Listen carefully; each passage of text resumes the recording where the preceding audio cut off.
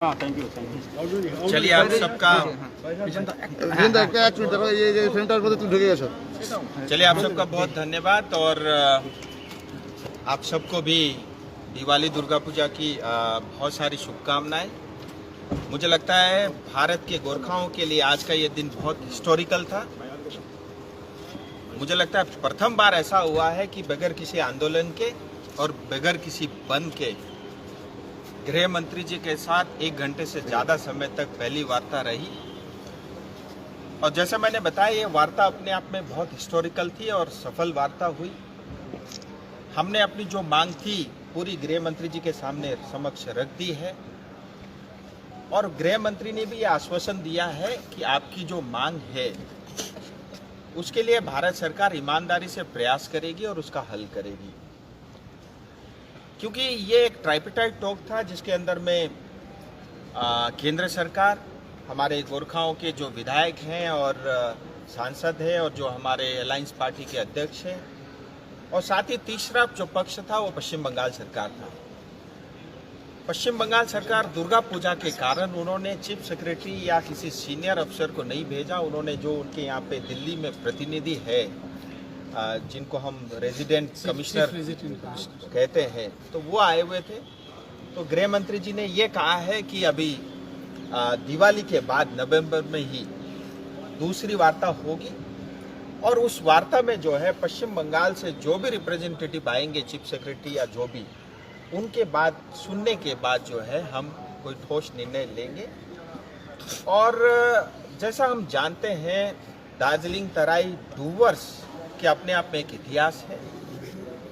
आज जहां दार्जिलिंग में कोई डेमोक्रेसी नहीं है, कोई भारत का संविधान लागू नहीं होता, 2001 से पंचायत के चुनाव नहीं हुए, 2017 से जीटीए के किसी प्रकार के चुनाव नहीं हुए, और तो और दार्जिलिंग की जो भारत में दूसरी सबसे पुरानी म्यूनिसिपैलिटी है मद्रास के बाद, वो भी एक ब्यूरोक्रेट के माध्यम से चलता है। सो इतना अन्याय अत्याचार पार्टिकुलरली नॉर्थ बंगाल और दार्जिलिंग तराई डूवर्स की जनता के साथ हुआ है। ये सीपीएम के समय भी हुआ है और टीएमसी के समय में भी हो रहा है। गृह मंत्री जी ने ये स्पष्ट कहा है कि हम गोरखाओं के साथ हैं और आपके साथ जो अन्याय हुआ है उसके ऊपर में हम पूरी तरह न्याय करेंगे। इसी तरह से गोरखाओं में जो 11 जनजातीय उपजातियां जो छूटी हुई है, जो ट्राइबल बाकी सब ट्राइबल है लेकिन 11 उपजातियां एसटी से छूटी हुई है, उनके भी जो तथ्य है, जो प्रमाण है और जो कुछ भी हमारे पास हिस्टोरिकल डॉक्यूमेंट्स है उसके माध्यम से ये गोरखाओं को जनजाति मिलना उनका एक अधिकार है। क्योंकि 1941 के सेंसस तक वो थे।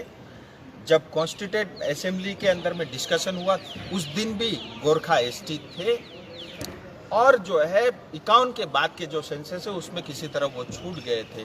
तो उसको भी अच्छे से देख करके उसके ऊपर में भी फैसला लेने की बात हुई है।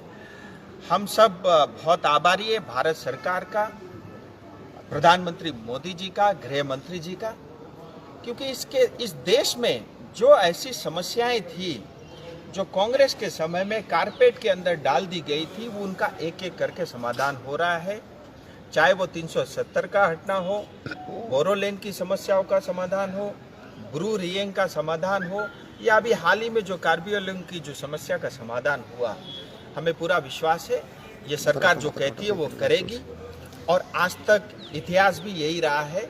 सो हम गोरखाओं की तरफ से भारत सरकार को, विशेष करके गृह मंत्री जी को बहुत आभार व्यक्त करते हैं। जो गोरखालैंड का जो परमानेंट सोल्यूशन ढूंढने की बात हुई थी, पॉलिटिकल सोल्यूशन, उस पर कोई बात आगे बढ़ी है?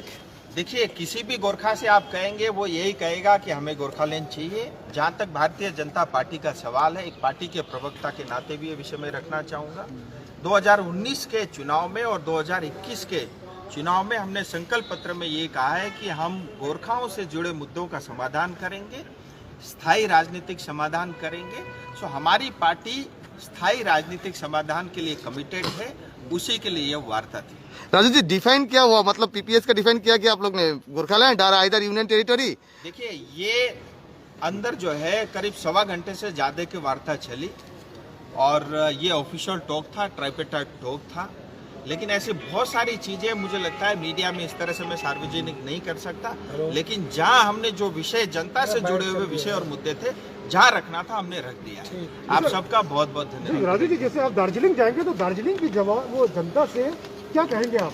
ये वार्ता का नतीजा लब्बो देखिए, कुल मिला के ये एक हिस्टोरिकल दादा वार्ता तुम्हारा था माथा আসছে স্যার ওদের ক্যামেরাটা দে और इतनी सफलता इस पहली वार्ता में हमें मिलेगी, हमें इतनी भी आस नहीं थी। जितनी हमारी अपेक्षा थी उससे बेहतर ये वार्ता हुई है और बहुत एक अच्छे माहौल में हुए हैं।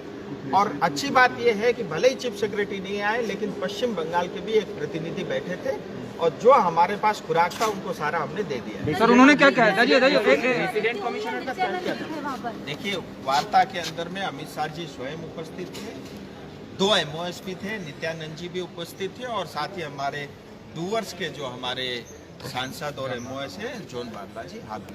এই তুমি একটু प्रेसिडेंट कमिश्नर ने क्या कहा पश्चिम बंगाल की ओर से?